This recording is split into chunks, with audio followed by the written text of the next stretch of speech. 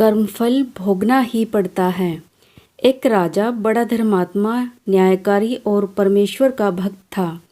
उसने ठाकुर जी का मंदिर बनवाया और एक ब्राह्मण को उसका पुजारी नियुक्त किया। वह ब्राह्मण बड़ा सदाचारी, धर्मात्मा और संतोषी था। वह राजा से कोई भी याचना नहीं करता था। राजा भी उसके स्वभाव पर बहुत प्रसन्न था। उसे राजा के मंदिर में पूजा करते हुए 20 वर्ष गुजर गए। उसने कभी भी राजा से किसी प्रकार का कोई प्रश्न नहीं किया। राजा के यहाँ एक लड़का पैदा हुआ। राजा ने उसे पढ़ा लिखाकर विद्वान बनाया और बड़ा होने पर उसकी शादी एक सुंदर कन्या के साथ करा दी। शादी करके जिस दिन राजकन्या को अपने राजमहल में लाए, उस रात्रि में राजकुमारी को नींद न आई। वह इधर उधर घूमने लगी। जब अपने पति के पलंग के पास आई तो क्या देखती है कि हीरे जवाहरात जड़ित मूठे वाली एक तलवार पड़ी है। जब उस राजकन्या ने देखने के लिए वह तलवार म्यान में से बाहर निकाली, तब क्षीण धार वाली और बिजली के समान प्रकाश वाली तलवार देखकर वह डर गई। वह डर के मारे उसके हाथ से तलवार गिर पड़ी और राजकुमार की गर्दन पर जा लगी। राजकुमार का सिर कट गया और वह मर गया। राजकन्या पति के मरने का बहुत शोक करने लगी। उसने परमेश्वर से प्रार्थना की कि हे प्रभु, मुझसे अचानक यह पाप कैसे हो गया। पति की मृत्यु मेरे ही हाथों हो गई। आप तो जानते ही हैं, परंतु सभा में मैं सत्य न कहूँगी, क्योंकि इससे मेरे माता पिता और सास ससुर को कलंक लगेगा तथा इस बात पर कोई विश्वास भी न करेगा। प्रातःकाल में जब पुजारी कुएं पर स्नान करने आया तो राजकन्या उसको देखकर विलाप करना शुरू किया और इस प्रकार कहने लगी, मेरे पति को कोई मार गया। लोग इकट्ठे हुए और राजा साहब आकर पूछने लगे, किसने मारा है? वह कहने लगी, मैं जानती तो नहीं कि कौन था, परंतु उसे ठाकुर जी के मंदिर में जाते देखा था। राजा समेत सब लोग ठाकुर जी के मंदिर में आए तो ब्राह्मण को पूजा करते हुए देखा। उन्होंने उसको पकड़ लिया और पूछा, तूने राजकुमार को क्यों मारा?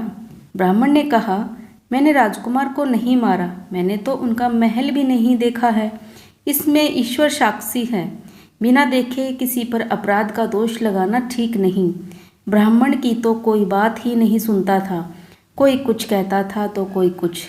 राजा के दिल में बार बार विचार आता था कि यह ब्राह्मण निर्दोष है, परंतु बहुतों के कहने पर राजा ने ब्राह्मण से कहा, मैं तुम्हें प्राणदंड तो नहीं देता, लेकिन जिस हाथ से तुमने मेरे पुत्र को तलवार से मारा है, तेरा वह हाथ काटने का आदेश देता हूँ। ऐसा कहकर राजा ने उसका हाथ कटवा दिया। इस पर ब्राह्मण बड़ा दुखी हुआ और राजा को अधर्मी जानकर उस देश को छोड़कर चला गया।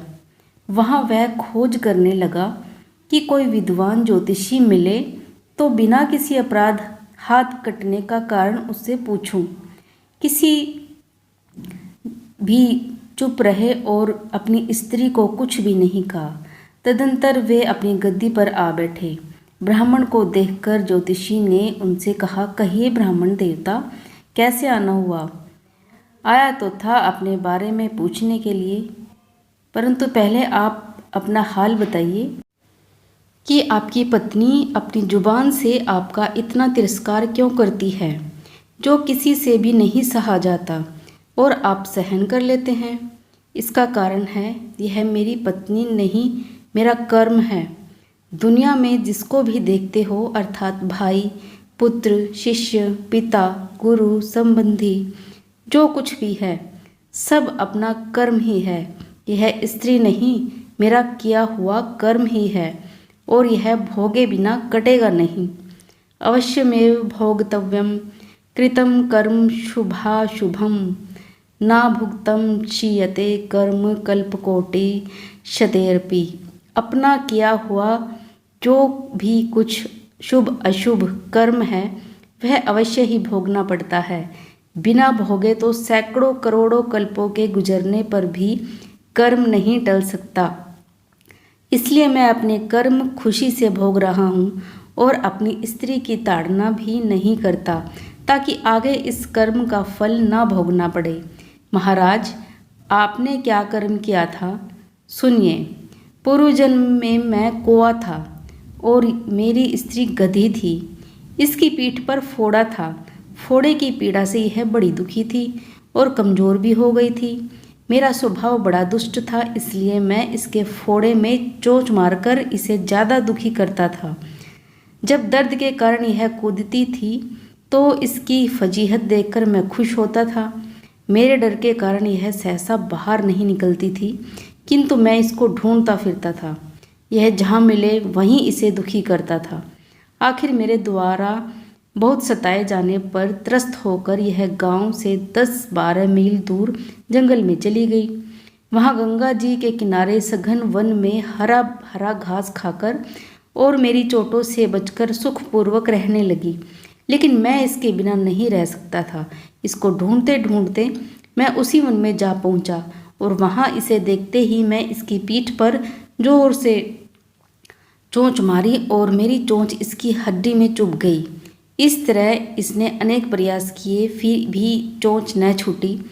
मैंने भी चोंच निकालने का बड़ा प्रयत्न किया, मगर ना निकली। पानी के भय से ही यह दुष्ट मुझे छोड़ेगा, ऐसा सोचकर यह गंगा जी में प्रवेश कर गई, परंतु वहाँ भी मैं अपनी चोंच निकाल ना पाया।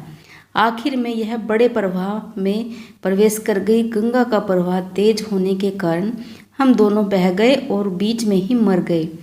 तब गंगा जी के प्रभाव से यह तो ब्राह्मणी बनी और मैं बड़ा भारी ज्योतिषी बना। अब यही मेरी स्त्री हुई जो मेरे मरण पर्यंत अपने मुख से गाली निकालकर मुझे दुख देगी और मैं भी अपने पूर्व कर्मों का फल समझकर सहन करता रहूँगा। इसका दोष नहीं मानूंगा, क्योंकि यह किए हुए कर्मों का ही फल है। इसलिए मैं शांत रहता हूँ। अब अपना प्रश्न पूछो। ब्राह्मण ने अपना सब समाचार सुनाया और पूछा, अधर्मी पापी राजा ने मुझ निरपराध का हाथ क्यों कटवाया? ज्योतिषी, राजा ने आपका हाथ नहीं कटवाया, आपके कर्म ने ही आपका हाथ कटवाया है। किस प्रकार? पूर्व जन्म में आप एक तपस्वी थे और राजकन्या गो थी तथा राजकुमार कसाई था। वह कसाई जब गो को मारने लगा तब गो बेचारी जान बचाकर आपके सामने से जंगल में भाग गई। पीछे से कसाई आया और आपसे पूछा कि इधर कोई गाय तो नहीं गया है? आपने प्रण कर रखा था कि झूठ नहीं बोलूँगा। अतः जिस तरफ गो गई थी उस तरफ आपने हाथ से इशारा किया तो उस कसाई ने जाकर गो को मार डाला। गंगा के किनारे वह उसकी चमड़ी निकाल रहा था, इतने में ही उस जंगल में से शेर आया और गो एवं कसाई दोनों को खाकर गंगा जी के किनारे ही उसकी हड्डियाँ उसमें बह गई। गंगा जी के प्रताप से कसाई को राजकुमार और गो को राजकन्या का जन्म मिला एवं पूर्व जन्म के किए हुए उस कर्म ने एक रात्रि के लिए उन दोनों को इकट्ठा किया। क्योंकि कसाई ने गो को हंसिए से मारा था, इसी कारण राजकन्या के हाथों अनायास ही तलवार गिरने से राजकुमार का सिर कट गया और वह मर गया। इस तरह अपना फल देकर कर्म निर्वृत्त हो गया। तुमने जो हाथ का इशारा रूप कर्म किया था, उस पाप कर्म ने तुम्हारा हाथ कटवा दिया है। इसमें तुम्हारा कोई दोष नहीं। कर्म अच्छे हो या बुरे भोगने ही पड़ते हैं। तो फ्रेंड्स, कैसी लगी आपको ये कहानी? कमेंट सेक्शन में ज़रूर बताना। कहानी पसंद आई हो, कहानी को लाइक शेयर सब्सक्राइब जरूर करें। मिलते हैं एक और कहानी के साथ, तब तक के लिए जय माता दी।